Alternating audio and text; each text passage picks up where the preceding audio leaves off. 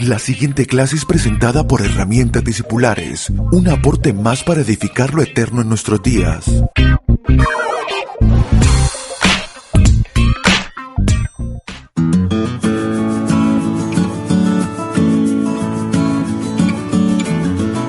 Saludos amados, bienvenidos a nuestra clase número 53 de Herramientas Discipulares.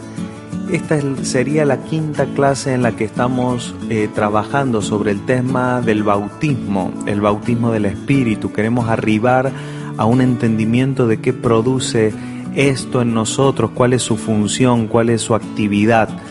Pero hemos trabajado en la clase anterior acerca de la palabra conciencia, tomado de la carta del escritor a los Hebreos. Creo que en esta clase vamos a poder profundizar un poco más, pero no vamos a dedicar demasiado tiempo en trabajar en la definición de la palabra conciencia y del ser conscientes, de la palabra conciencia en su acepción con respecto a la moralidad y el bien y el mal, sino también a nuestro ser consciente. Pero dejaremos muy buen material de lectura en la página de herramientasdiscipulares.com y yo le aconsejo que usted pueda tomar un tiempo para luego leer este texto, que le va a dar muchísima más claridad y algunas aclaraciones que van a ser muy provechosas. Decía el escritor a los Hebreos que estos sacrificios que se ofrecen no podían hacer perfecto a los que se presentaban con esos sacrificios en cuanto a su conciencia. Si usted lee todo el capítulo 9, y de hecho le aconsejo que pueda leerlo, capítulo 9, 10, 11 y 12 de Hebreos, se dará cuenta de que la perfección es un asunto central y el cómo alcanzarla, qué es lo que está dispuesto, cómo somos libres, no solamente cómo son nuestros pecados perdonados, sino cómo somos hechos libres del pecado para introducirnos en una manera de vivir donde ya el pecado no tenga asuntos con nosotros. Qué importante es entender de que el Evangelio no viene a hacer del pecado un asunto central, sino que el Evangelio nos libra del pecado para poder entrar en una agenda de vida donde ya el pecado no se enseñorea de nosotros y podemos vivir en el Espíritu y andar en el Espíritu, donde podemos experimentar esa verdadera libertad. Esto no se alcanzaba de ninguna manera a través de los sacrificios que Israel producía, y de esto viene hablando el escritor a los Hebreos para llegar al capítulo 10, donde dice: porque la ley, teniendo la sombra de los bienes venideros, no la imagen misma de las cosas, nunca puede, por los mismos sacrificios que se ofrecen continuamente cada año, hacer perfectos a los que se acercan. Es decir, buscamos que algo nos haga perfecto, o sea, acercarnos y ser hechos perfectos, pero la ley no lo puede producir. Ese es el asunto por el cual nosotros no hemos sido llamados a reproducir las costumbres israelitas ni las costumbres prescriptas por la ley, porque ellas no pueden, son incapaces. Dice el versículo 2, de otra manera cesarían de ofrecerse, pues los que tributan ese culto, limpios una vez, ya no tendrían más conciencia de pecado.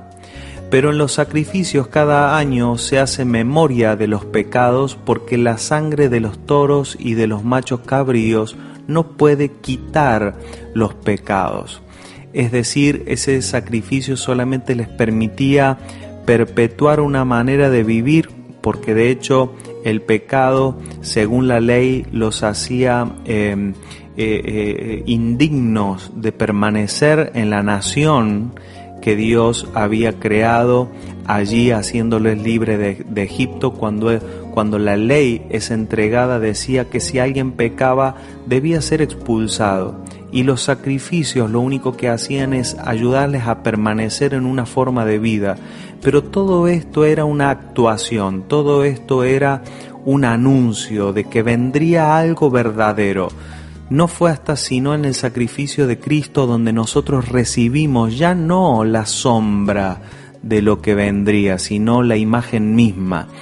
Cristo Jesús vino a ser el verdadero sacrificio y el que produce las verdaderas cosas. Por eso en el versículo 14 el escritor a los Hebreos dice: porque con una sola ofrenda hizo perfectos para siempre a los santificados. Una sola ofrenda. Qué bueno es.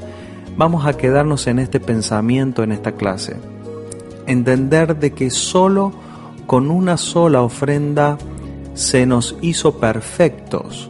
El Evangelio viene a decirnos que ese sacrificio nos perfeccionó. ¿Y cómo es que el sacrificio de Cristo nos perfeccionó? Es porque la vida que nos fue entregada por causa de la muerte de Jesucristo, esa vida es perfecta. No tiene imperfecciones, esa vida no tiene pecado, esa vida no tiene errores, esa vida no tiene falencias. Esa vida tiene la historia que Dios escribió. A eso le llamamos vida eterna. Es la vida espiritual. En el espíritu portamos una vida perfecta. No son muchos sacrificios. Y de hecho deberíamos de soltar este modelo donde a veces pensamos. Este es el modelo del pueblo de Israel, donde pido perdón a Dios, hago mi sacrificio, pero no percibo hacia adelante una vida de perfección, ni busco expresar esa perfección porque yo ya me acepté pecador. El escritor a los Hebreos es muy duro y de hecho yo le animo a que usted lea el capítulo 9 y 10 para hacerles entender: señores, salgan de esa manera de pensar, salgan de la vida donde han hecho una alianza con el pecado y han aceptado la imperfección como una forma de vida, porque es terrible son las consecuencias de una persona que ya aceptó la inmadurez como parte de su vida y no permite que el Evangelio produzca todo su efecto. Es decir, tampoco el Evangelio nos provee una promesa mágica de que repitiendo una oración o levantando la mano todo va a cambiar de un momento para el otro. Tampoco es mágico, como algunos piensan, que entrando en una pileta con agua, en un río, al salir de ese río todo va a ser totalmente diferente. Pero hay una tecnología prevista por el Evangelio, y esta tecnología comienza entendiendo de que el sacrificio de Cristo una sola vez fue necesaria su muerte para producir en nosotros una santificación y una perfección plena en Él. ¿Qué debería de hacer a partir de entender esto? Número 1 es llenarme de gratitud, agradecer, exaltar la grandeza de esta vida que nos ha sido dada en Cristo, exaltarla y decir: Padre, gracias, tú eres el que me ha santificado por la obra de Cristo en la cruz. Gracias porque puedo saber de que no por mis fuerzas ni por mi capacidad, sino por los méritos de Cristo he sido perfeccionado. Hasta aquí en esta clase, y vamos a continuar en la próxima para seguir construyendo este pensamiento. Les mando un fuerte abrazo y será hasta la próxima clase.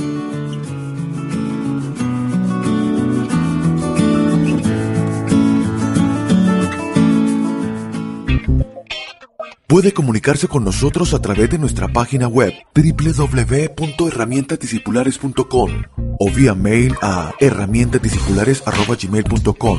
Síganos a través de las redes sociales en YouTube, Facebook e Instagram como @AbelBallistreri. Gracias por estar aquí.